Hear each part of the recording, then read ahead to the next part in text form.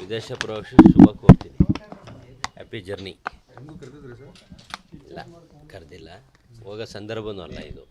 ಯಾಕೆಂದರೆ ಬಜೆಟ್ಟು ಪೂರ್ವಭಾವಿ ನಡೀತಾ ಇದೆ. 6ನೇ ತಾರೀಕು ಬಜೆಟ್ ಮಂಡಿಸ್ತಾ ಇದ್ದಾರೆ ಮುಖ್ಯಮಂತ್ರಿಗಳು. ಈ ಸಂದರ್ಭದಲ್ಲಿ ನಾವು ಇಲ್ಲಿ ಏನಾರು ಕ್ಷೇತ್ರಕ್ಕೆ ಅನುದಾನ ಕೇಳೋದ್ರ ಬಗ್ಗೆ ನಾವು ಚಿಂತನೆ ಮಾಡಬೇಕು ಬಿಟ್ಟರೆ ವಿದೇಶ ಪ್ರವಾಸ ಹೋಗೋದು ಸೂಕ್ತ ಅಲ್ಲ. ವೈಯಕ್ತಿಕ ಕಾರಣಕ್ಕೆ ಹೋಗ್ತಿದ್ದಾರೋ ಅಥವಾ ಯಾರೋ ಕಳಿಸ್ತಿದ್ದಾರೋ ಅವ್ರಿಗೆ ಸ್ವತಂತ್ರ ಇದೆ ಹೋಗೋಕ್ಕೆ. ಅದು ನಾವೆಲ್ಲ ಅಬ್ಜೆಕ್ಷನ್ ಮಾಡೋಕ್ಕೆ ಬರೋಲ್ಲ. ನಾನು ವೈಯಕ್ತಿಕವಾಗಿ ನೀವು ಕೇಳಿದ್ದಕ್ಕೆ ನಾನು ಹೋಗಲ್ಲ ಈ ಸಂದರ್ಭದಲ್ಲಿ ಅಂತ ಹೇಳಿದೆ. ಅವ್ರು ಹೋಗೋಕ್ಕೆ ನಂದೇನು ಅಭ್ಯಂತರನೂ ಇಲ್ಲ. ಆಮೇಲೆ ನಾನು ಅವರಿಗೆ ಹೋಗ್ಬೇಡ್ರಿ ಅಂತ ಹೇಳೋಕ್ಕೂ ಬರೋದಿಲ್ಲ. ಅವ್ರವ್ರ ವೈಯಕ್ತಿಕ ವಿಷಯ. ಒಂದು ಕಡೆ ಸಿದ್ದರಾಮಯ್ಯವರು ಶಕ್ತಿ ಪ್ರದರ್ಶನ ಮಾಡ್ತಿದ್ದಾರೆ ಅನ್ನೋ ಮಾತುಗಳು ರಾಜಕೀಯ ವಲಯದಲ್ಲಿ ಕೇಳಿ ಬರ್ತದೆ. ಶಕ್ತಿ ಪ್ರದರ್ಶನ ನೀವು ಹೇಳೋದು ನೋಡಿದ್ರೆ 25 ಜನ ನಮ್ಮದು ಶಕ್ತಿ 25 ಜನ ಆಗ್ತದೆ ಹಂಗಾರೆ ಶಕ್ತಿ. ಅದರಲ್ಲಿ MLC 4-5 ಜನ ಇರಬೇಕೇನೋ, 15-16 ಜನ. ಥರದ್ದು ಯಾವುದು ಶಕ್ತಿ ಪ್ರದರ್ಶನ ಅಲ್ಲ. ಅವರು ಯಾವ ಕಾರಣಕ್ಕೆ ಹೋಗಿರೋನೇ ರಾತ್ರಿ 8 ಗಂಟೆಗೇನೋ ಏರ್ಪೋರ್ಟಲ್ಲಿ ಇದ್ದಾರೆ ಅನ್ನೋ ಮಾಹಿತಿ ಬಂತು. ರಾತ್ರಿ 8 ಗಂಟೆಗೆ ಬರ್ತಾರೆ ಅಂತ. ನಿಮ್ಗೆ ಅಲ್ಲಿಗೆ ಹೋದರೆ ಕರೆಕ್ಟಾಗಿ ಸಿಗ್ತದೆ ಯಾವ ಉದ್ದೇಶಕ್ಕೆ ಹೋಗ್ತಾರೆ, ಏನಕ್ಕೆ ಹೋಗ್ತಾರೆ ಅನ್ನೋ ಮಾಹಿತಿ. ಅಲ್ಲ, ಈ ಅಧಿಕಾರ ಹಂಚಿಕೆ ವಿಚಾರ ಬಗ್ಗೆ ಪ್ರಶ್ನಿಸಿದಾಗ ಸಿದ್ದರಾಮಯ್ಯನವರು ಯಾಕೆ ಸಿಡಿಮಿಡಿಗೊಳ್ತಾ ಇದ್ದಾರೆ ಫುಲ್? ಅವ್ರನ್ನೇ ಕೇಳಬೇಕು. ನಾನು ಈ ಹಿಂದೆ ತಮಗೆ ಹೇಳಿದ್ದೀನಿ, ಏನು 2 ವರ್ಷ ಅನ್ನೋದು ಭಾಳ 2 ವರ್ಷ ಸ್ಟಾರ್ಟ್ ಆದಾಗಿಂದ 2 ವರ್ಷ ಸ್ಟಾರ್ಟ್ ಆಯಿತು. ಅವ್ರದ್ದು 2 ವರ್ಷ ಮುಗಿದಾಗಿಂದ ಅವತ್ತಿಂದನೂ ಈ ಚರ್ಚೆ ಆಗ್ತಾ ಇರೋದ್ರಿಂದ ನಾನು ಮೊನ್ನೆ ಲಾಸ್ಟ್ ಒಂದು ಹೇಳಿಕೆ ಕೊಟ್ಟೆ. ಹೈಕಮಾಂಡ್ ಆದ್ರಾಗ್ಬೋದು, ಮೊನ್ನೆ ಸಿದ್ದರಾಮಯ್ಯ ಸಾಹೇಬ್ರಾದ್ರಾಗ್ಬೋದು, ನಾನು 2.5 ವರ್ಷಕ್ಕೆ ಮಾತು ಕೊಟ್ಟಿಲ್ಲ. 2 ವರ್ಷಕ್ಕೆ ಮಾತು ಕೊಟ್ಟಿಲ್ಲ. 2 ವರ್ಷದ ಯಾವುದು ಒಪ್ಪಂದನೂ ಆಗಿಲ್ಲ ಅನ್ನೋದೊಂದು ಸ್ಟೇಟ್ಮೆಂಟ್ ಕೊಟ್ಬಿಟ್ರೆ ಈ ಪ್ರವಾಸನೂ ರದ್ದಾಗ್ತವೆ. ಈ ಮುಖ್ಯಮಂತ್ರಿ ವಿಷಯ ನೀವು ಬಂದಾಗಲೆಲ್ಲ ಕೇಳೋದು ತಪ್ತದೆ, ನಾವು ನೀವು ಮಾಧ್ಯಮದಲ್ಲಿ ಉತ್ತರ ಕೊಡೋದು ತಪ್ತದೆ. ಯಾರೊಬ್ಬರು ಉತ್ತರ ಹೇಳ್ಬಿಟ್ರೆ ದೇಶಪಾಂಡೆಯವ್ರು ಚೆನ್ನಾಗಿ ಹೇಳಿದ್ರೆ ಬಗೆಹರಿಸಬೇಕು ಹೈಕಮಾಂಡ್ ಅಂತ. ಬಗೆಹರಿಸಿದ್ರೆ ಉತ್ತಮ. ಪ್ರಮಾಣ ಮಾಡಿದಾರೆ ಅಂತ ಯಾರ ಮೇಲೋ ಏನಂತ ಮಾಡಿದಾರೆ ಅಂತ ಏನಾದ್ರು ಗೊತ್ತಾ? ನೀವೇ ಹೇಳ್ಬೇಕು ಯಾರ ಮೇಲೆ ಅಂತ ಹೇಳಿದಿರ, ನಿಮಗೆ ಗೊತ್ತಿರೋ, ನನಗೆ ಗೊತ್ತಿಲ್ಲ ಅದು. ಅಲ್ಲ, ಕೆಲವೊಂದಿಷ್ಟು ಅವರ ಆಪ್ತ ಸಚಿವರು ಹೇಳ್ತಾ ಇದ್ದಾರೆ ಹೈಕೋರ್ಟ್ ಬೀದಿ ನಾಯಿಗಳನ್ನ ಹಿಡಿಯೋಕೆ ಆದೇಶ ಮಾಡಿದೆ ಅಂತ. ಅಂದರೆ ಇಂಡೈರೆಕ್ಟಾಗಿ DK ಶಿವಕುಮಾರ್ ಆಪ್ತ ಶಾಸಕರಿಗೆ ಹೇಳಿದಂಗೆ ಅಂತ ರಾಜಕೀಯ ವಲಯದಲ್ಲಿ ಚರ್ಚೆ. ಈಗ ಬಾಲನೂ ನಮ್ಮದೇ, ನಾಯಿನೂ ನಮ್ಮದೇ. ಈಗ ಬಾಲದ ಬಗ್ಗೆ ಬೇಜಾರಾದರೆ ನಾಯಿ ಗೌರವ ಇರಲ್ಲ. ನಾಯಿ ಬಾಲ ಅಲ್ಲಾಡಿಸಿದ್ರೆ ಬೆಲೆ. ಹಂಗಾಗಿ ನಾಯಿ ಬಾಲದ ಬಗ್ಗೆ ಮಾತಾಡಬಾರ್ದು. ಅವ್ರು ಹಿರಿಯರಿದ್ದಾರೆ, ಆ ಥರ ಎಲ್ಲ ಪದಗಳು ಬಳಕೆ ಮಾಡಬಾರ್ದು. ಅವ್ರು ಯಾವ ವಿಷಯದ ಬಗ್ಗೆ ಮಾತಾಡಿದಾರೋ ಗೊತ್ತಿಲ್ಲ. ಏನಾದ್ರು DK ಸಾಹೇಬ್ರ ಫಾಲೋವರ್ಸ್ ಇರ್ಬೋದು, ಸಿದ್ದರಾಮಯ್ಯ ಫಾಲೋವರ್ಸ್ ಇರ್ಬೋದು, ಅಥವಾ ಕಾಂಗ್ರೆಸ್ ಶಾಸಕರ ಬಗ್ಗೆ ಮಾತಾಡಿದರೆ ಅದು ಸರಿ ಅಲ್ಲ.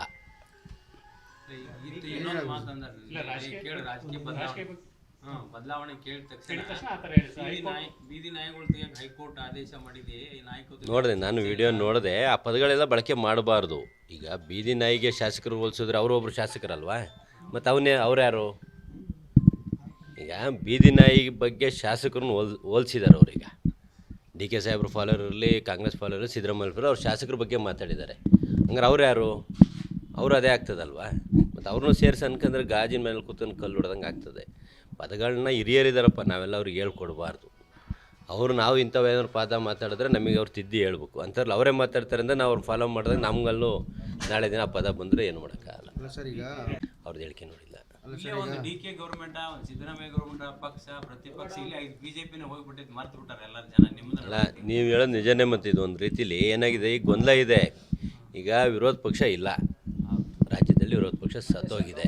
ಅವ್ರಿಗೆ ಇನ್ನೂ ಅಧಿಕಾರಕ್ಕೆ ಬಂದಿಲ್ಲ, ಹಗಲು ಕನಸು ಕಾಣ್ತಿದ್ದಾರೆ. ಕುಮಾರಸ್ವಾಮಿ ಮುಖ್ಯಮಂತ್ರಿ, BJP ಅಭ್ಯರ್ಥಿ ಮುಖ್ಯಮಂತ್ರಿ ಅಂತ ಅವರಲ್ಲಿ ಗೊಂದಲದಲ್ಲಿ ಅವ್ರಿಗೆ ಮೂಲೆ ಗುಂಪಲ್ಲಿದ್ದಾರೆ. ಇಂಥ ಸಂದರ್ಭದಲ್ಲಿ ಪಕ್ಷ ಸಂಘಟನೆ, ಪಕ್ಷದ ಅಭಿವೃದ್ಧಿ, ನಮ್ಮ ಪಕ್ಷ ಕಾಂಗ್ರೆಸ್ ಪಕ್ಷ ಮಾಡ್ತಿರೋಂಥ ಡೆವಲಪ್ಮೆಂಟ್ ಬಗ್ಗೆ ನಮ್ಮ ಪಕ್ಷ ಮುಂದುವರೆದ್ರೆ ನಾವು ಎಲ್ಲೋ ಒಂದು ಹಂತದಲ್ಲಿ ಮೊನ್ನೆ ಏನು ನಮ್ಮ ಸಾಹೇಬರು 141 ಹೇಳಿದಾರಲ್ಲ, ಆ ಸಂಖ್ಯೆಯಿಂದ ಜಾಸ್ತಿ ಬರೋಂಥ ಒಂದು ಹಂತದಲ್ಲಿ ಇದ್ದೀವಿ. ಇದು ಒಂದು ಮುಖ್ಯಮಂತ್ರಿ ಹೇಳಿಕೆ ಗೊಂದಲಗಳಿಂದ ನಾವು ನೀವು ಹೇಳ್ದಂಗೆ ಮೀಡಿಯಾದಲ್ಲಿ ಕೇಳ್ತೀರಲ್ಲ, ನೀವೇ ವಿರೋಧ ಪಕ್ಷ, ನೀವೇ ಬಣ ಅನ್ನೋದು ಸಾಬೀತು ಮಾಡ್ದಂಗೆ ಆಗ್ತದೆ.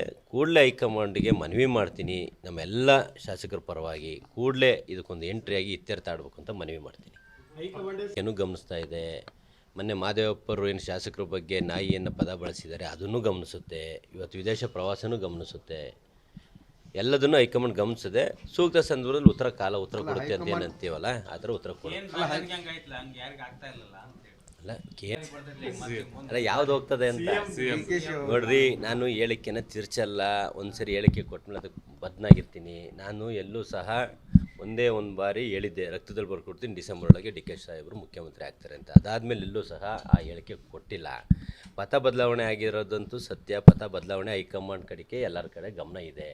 ಎಲ್ಲರೂ ಹೇಳಿಕೆ, ಮಾನ್ಯ ಹಿರಿಯರುಗಳು ಹೇಳ್ತಿದ್ದಾರೆ ಹೈಕಮಾಂಡ್ ಅಂತ ಹೇಳಿಕೆ ಬರ್ತಿದೆ. ಎಲ್ಲೋ ಒಬ್ಬರು ಇಬ್ಬರು ಸುಮ್ಮನೆ ಮುಖ್ಯಮಂತ್ರಿ ಅವರೇ ಮುಂದುವರಿತಾರೆ, 5 ವರ್ಷ ಅವರೇ ಮುಖ್ಯಮಂತ್ರಿ ಆಗ್ತಾರೆ, ಇದಾಗ್ತಾರೆ ಅದಾಗ್ತಾರೆ, ಅವೆಲ್ಲ ಹೇಳಿಕೆ ಕೊಡಬಾರ್ದು ಅನ್ನೋ ನಾನು ಮನವಿನೂ ಮಾಡಿದ್ದೀನಿ. ಬದಲಾವಣೆ ಆಗೋದಿತ್ತು, ಹೈಕಮಾಂಡ್ ಮಾಡ್ತದೆ. ಯಾಕದೆಲ್ಲ ನಮಗೆ ಬಜೆಟ್ಗೂ ಮುನ್ನ, ಬಜೆಟ್ ಅಧಿವೇಶನಗೂ ಮುನ್ನ ಆಗ್ಬೇಕಂತೀರಿ ಸರ್? ಈಗ ನಾನು ಇವತ್ತೇ ಆಗಲಿ ಅಂತೀನಿ, ಹೈಕಮಾಂಡ್ ತೀರ್ಮಾನ ಮಾಡ್ಬೇಕಲ್ಲ.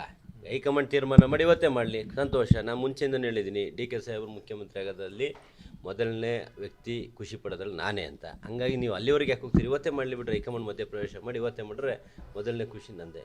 ಕಾಂಗ್ರೆಸ್ ಅವ್ರು ಕೆಲವೊಬ್ರು ಹೇಳ್ತಾರೆ ಸರ್, ಬಜೆಟ್ ಮಂಡನೆ ಮಾಡಿ ಆಮೇಲೆ ಕೊಡಲಿ ಅಂತ, ಯಾಕಂದ್ರೆ ಇತಿಹಾಸ ಸೃಷ್ಟಿ ಆಗುತ್ತೆ ಅಂತ. ಏನು ಇತಿಹಾಸ? ಅತಿ ಹೆಚ್ಚು ದಾಖಲೆ ಆಗುತ್ತೆ ಅಂತ. ಈಗ ದೊಡ್ಡ ವಿಷಯಗಳ ಬಗ್ಗೆ ಮಾತಾಡೋದು ಬೇಡ, ಬೇರೆ ಏನಾರು ಇದ್ರೆ ಕೇಳಿ. ಈಗ ಬೇಸಿಗೆ ಬರ್ತಿದೆ, ಕುಡಿಯೋ ನೀರಿಗೆ ಅದು ಜಾನುವಾರು ಸಮಸ್ಯೆ ಆಗ್ತಿದೆ. ಇಂಥ ಟೈಮಲ್ಲಿ ಶಾಸಕರು ಫಾರಿನ್ ಟೂರ್ ಹೋಗೋದು, ಅದಕ್ಕೆ ಅಧಿಕಾರಿ ವರ್ಗದವ್ರು ಇರ್ತಾರೆ. ಕುಡಿಯೋ ನೀರಿನ ಸಮಸ್ಯೆಗಳಿಗೆ ಇನ್ನು ವೈಯಕ್ತಿಕ ಪ್ರವಾಸ ಮಾಡ್ಲಪ್ಪ, ನಂದೇನು ವಿರೋಧ ಇಲ್ಲ. ಅವ್ರಿಗೂ ಪ್ರವೇಶ ಬೇಡವಾ? ಶಾಸಕರು ನೀವು ನಿಮ್ಮಂಗೆ ಅವರು ಮನುಷ್ಯರಲ್ವಾ, ಹೋಗಲಿ.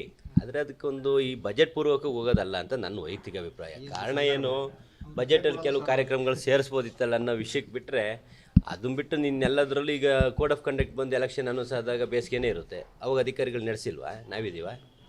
ಅವೆಲ್ಲ ಅಲ್ಲ. ಅಧಿಕಾರಿ ವರ್ಗದವರು ಒಂದು ಕಡೆ ಕೆಲಸ ಮಾಡ್ತಾರೆ, ಅವ್ರು ಮಾಡ್ತಾರಲ್ಲ ಅನ್ನೋದು ಸೂಪರ್ವೈಸರ್ಸ್ ನಾವು. ಜಗಳೂರು ಶಾಸಕರು ಏನಾದ್ರು ಹೋಗ್ತಿದ್ದಾರೆ ಸರ್ ನಿಮ್ಮ ಬಳಿ? ಏನು ಮಾಧ್ಯಮದಲ್ಲಿ ನೋಡೋದನಪ್ಪ ಹೋಗ್ತಿದ್ದಾರೆ ಅಂತ, ಹೋಗ್ಬರ್ಲಿ, ಹ್ಯಾಪಿ ಜರ್ನಿ. ನಿಮ್ಮ ಜೊತೆ ಮಾತಾಡಿದ್ರೆ ಸರ್? ಇಲ್ಲ ನಮ್ಮ ಆತ್ಮೀಯರೇ, ಅವ್ರು ನಮ್ಮ ಬ್ರದರೇ. ಬಟ್ ಅವ್ರೇನು ನಾನು ಕೇಳಿಲ್ಲ, ಮತ್ತು ನನಗೇನು ಫೋನ್ ಮಾಡಿಲ್ಲ. ಈಗ ಫೋನ್ ಮಾಡಿ ನಾನು ಶುಭ ಕೋರ್ತೀನಿ. Okay, thank you. ನನಗೆ ಮಾಡ್ಕೊಡಪ್ಪ, ಹೋಗ್ತೀನಿ. ಅವ್ರಿಗೆ ಯಾಕೆ ನನಗೆ ಮಾಡ್ಕೊಡು, ಹೋಗ್ತೀನಿ. ಒಂದು 2 ದಿನ ರೆಸ್ಟ್ ಮಾಡ್ಕೊಡ್ತೀನಿ. ಸರ್, ಎಲ್ಲ ಶಾಸಕರು ನೀವು ಎಲ್ಲರೂ ಸೇರಿ ಒಂದು ಹಂಗೆ ಸುಮ್ಮನೆ ಒಂದು ಟೀ ಪಾರ್ಟಿನೋ? ಈಗ ಏನಾಗ್ತದೆ ನೋಡ್ರಿ, ಈಗ ಅವ್ರು ವಿದೇಶ ಪ್ರವಾಸ ವೈಯಕ್ತಿಕವಾಗಿ ಹೋಗ್ತಿದ್ರು, ಯಾರು ಕಳಿಸ್ತಿದ್ರು, ಏನು ಕಳಿಸ್ತಿದ್ರು ನಮಗೂ ಗೊತ್ತಿಲ್ಲ, ನಿಮಗೂ ಗೊತ್ತಿಲ್ಲ. ಇಲ್ಲೇನಾಗ್ತಿದೆ, ಮುಖ್ಯಮಂತ್ರಿಗಳು ಕಳಿಸ್ತಾ ಇದ್ದಾರೆ, ಮುಖ್ಯಮಂತ್ರಿ ಬದಲಾವಣೆ ವಿಷಯವಾಗಿ ಇವೆಲ್ಲ ನಡೀತಾ ಇದೆ. ಈಗ ನಾವು ಯಾರನ್ನಾರು ಒಂದು 10-20 ಜನ ಎಲ್ಲರೂ ಹೊಂಟಿವಿ ಅಂದರೆ ಈಗ ಅದೇ ಚರ್ಚೆ ಆಗ್ತದೆ. ಅದರಿಂದ ಯಾರಿಗೆ ತೊಂದರೆ ಆಗ್ತದೆ? ವೈಯಕ್ತಿಕವಾಗಿ ನನಗೇನು ತೊಂದರೆ ಇಲ್ಲ, ಕಾಂಗ್ರೆಸ್ ಪಕ್ಷಕ್ಕೆ ತೊಂದರೆ ಆಗ್ತದೆ. ಕಾಂಗ್ರೆಸ್ ಪಕ್ಷ ವೀಕ್ ಆದರೆ ನಾವು ವೀಕ್ ಆಗ್ತೀವಿ. ಈಗ ನಾವು ಅಟ್ಲೀಸ್ಟು ನಮ್ಮ ಸರ್ಕಾರ ಇದೆ ಅಂದರೆ ನಮಗೊಂದು ಗೌರವ ಇರ್ತದೆ, ನಮ್ಮ ಶಾಸಕರು ಇದ್ದೀವಿ ಅಂದರೆ ಒಂದು ಗೌರವ ಇರ್ತದೆ. ಅದನ್ನು ಕಳ್ಕೊಳ್ಳೋದು ಯಾಕೆ? ಆದ ಕಾರಣ ಯಾರೂ ಆ ಥರ ಒಂದು ಹೆಜ್ಜೆ ಇಡಬಾರ್ದು. ಹಂಗೆ ಇಡಲೇಬೇಕು ಅನ್ನೋದಾಗಿದ್ದರೆ ಎಲ್ಲರ ಹತ್ರನೂ ಶಕ್ತಿ ಇದೆ, ಎಲ್ಲರ ಶಕ್ತಿನ ತೋರಿಸ್ಬೋದು.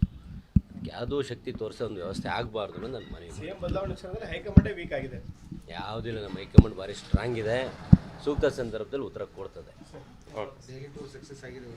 ಯಾರು ಹೋಗಿದ್ದಾರೆ ಡೈಲಿ? ಇವರು ಡಿ ಕೆ ಶಿವಕುಮಾರ್ ಅವರು ಅವ್ರು ಹೋಗ್ತಾನೆ ಇರ್ತಾರೆ, ಅಭಿವೃದ್ಧಿ ವಿಷಯ ಹೋಗ್ತಿರ್ತಾರೆ, ಬೇರೆ ವಿಷಯಕ್ಕೆ ಹೋಗ್ತಿರ್ತಾರೆ, ಒಳ್ಳೇದಾಗ್ತದೆ. ಏನೋ 2ನೇ ತಾರೀಕು ಕರೀತಾರೆ ಇಬ್ಬರು, CM ಮತ್ತು DCM ಅಂತ ಹೇಳ್ತೀವಿ ಸರ್.